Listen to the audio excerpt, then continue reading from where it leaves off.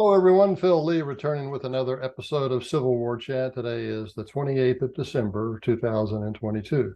Click on the subscribe button here in the lower right to subscribe to future episodes. And then also that notification bell in the far upper right. Click on that and you'll be notified when these episodes are released. Additionally, if you click on that, on New Year's Eve, you won't have to stay up listening to firecrackers going off in your front yard till 3 o'clock in the morning.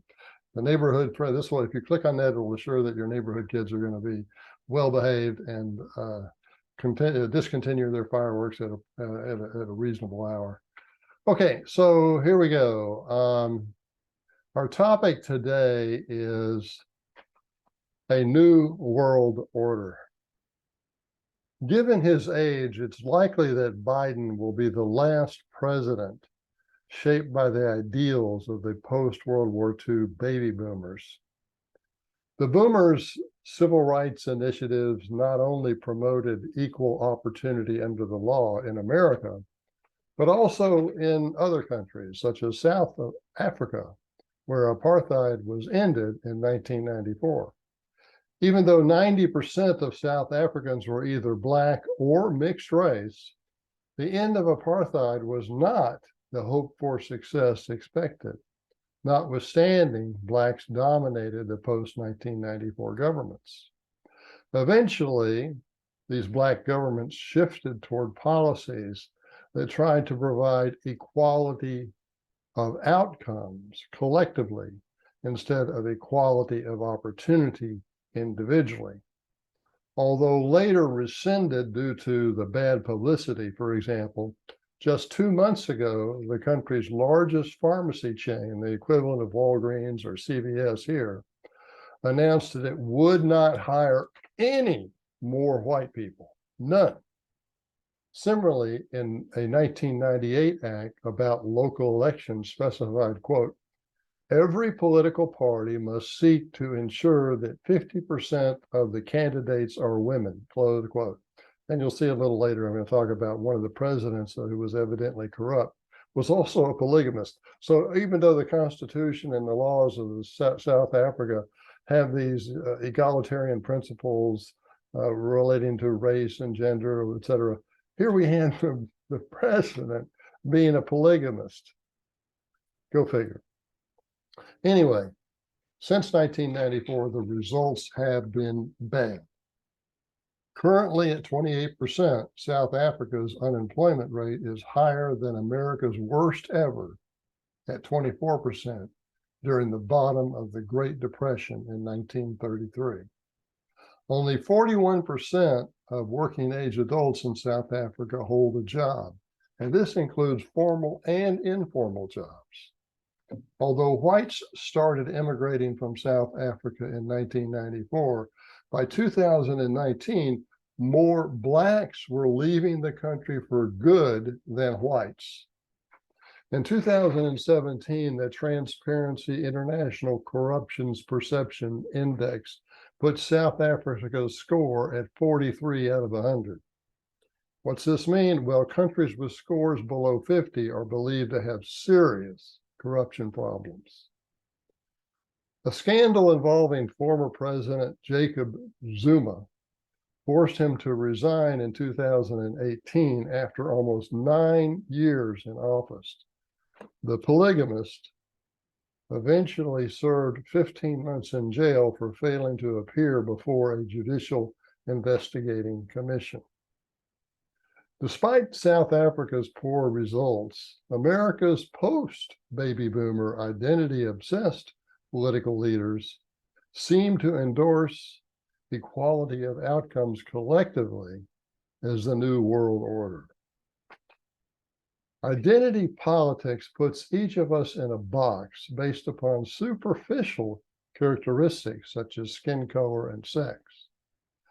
It chants diversity, equity, and inclusion as a mantra to transform institutions into transform our institutions into organizations that, quote, look like, close quote, the proportional race and gender profiles of America at large.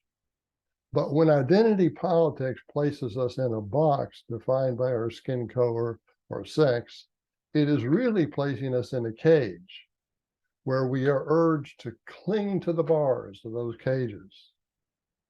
As Lionel Shriver explains, quote, identity politics urges historically marginalized groups to deploy weakness as a weapon. Thus, you are strongly motivated to maintain that weakness, not improve yourself, but to maintain that weakness. The better to push other people around with the unfairness of your terrible plight. Such people grow attached to the very prejudice from which they claim to suffer. That's because prejudice translates to power. Without victimhood, real or imagined, they have no idea who they really are. Close quote. The last thing, quoting again, the last thing they want to see is a truly equitable society. Absent bigotry, identity politics activists would be lost. They do not want to eliminate the hierarchy. They merely want to flip the totem pole upside down. At best, that replaces one prejudiced hierarchy with another, close quote. That is not progress. Replacing one prejudiced hierarchy with another is not progress, or more likely, creating a prejudiced hierarchy where none such existed before is an even greater sin. Anyway, it is deliberate racism and sexism in the opposite direction at best, or it is the creation of deliberate racism and sexism where none existed or almost none existed before. The New World Order is not indifferent to race and gender.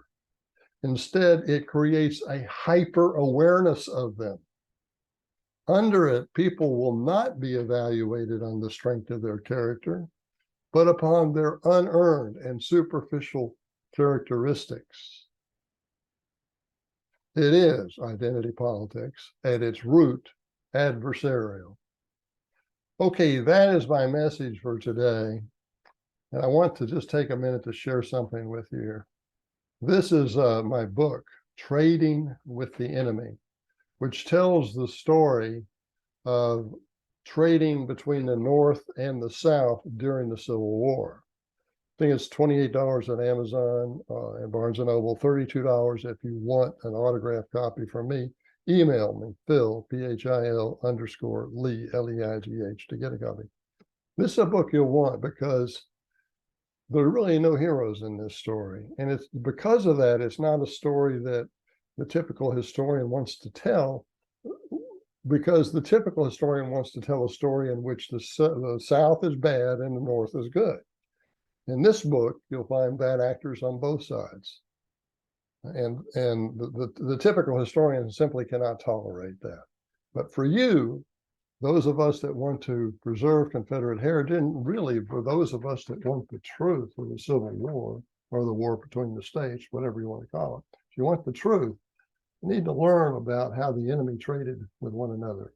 We may think of Rhett Butler as the typical type of blockade runner who took cotton from the South and moved it to Europe for profit. And that's true. He did that. And that was, I guess, a typical example of a blockade runner. But in reality, twice as much cotton was moved across the battle lines to the North than was exported through the maritime blockade. In other words, Northerners went south during the war and bought cotton in order to keep their mills running in New England. With this money, the Confederacy bought weapons with which to fight the Yankees. It's a scandal, but and there's worse scandals discussed in the book. But it's just not something the academics want to look at. The academics would rather look at, well, you know, how many blacks in Pennsylvania during the Gettysburg invasion were taken out of Pennsylvania? Edwin Coddington, I think 50, 60 years ago, estimated them at least 50. Well, now they're looking around, they're trying to increase the number to thousands. That is the major emphasis of the academic historians. Not anything like trading with the enemy, but if you want to get the truth, if that's important to you, then Trading with the Enemy is a book for you. Okay, that's our show for today, and thanks for watching, and I'll see you next time.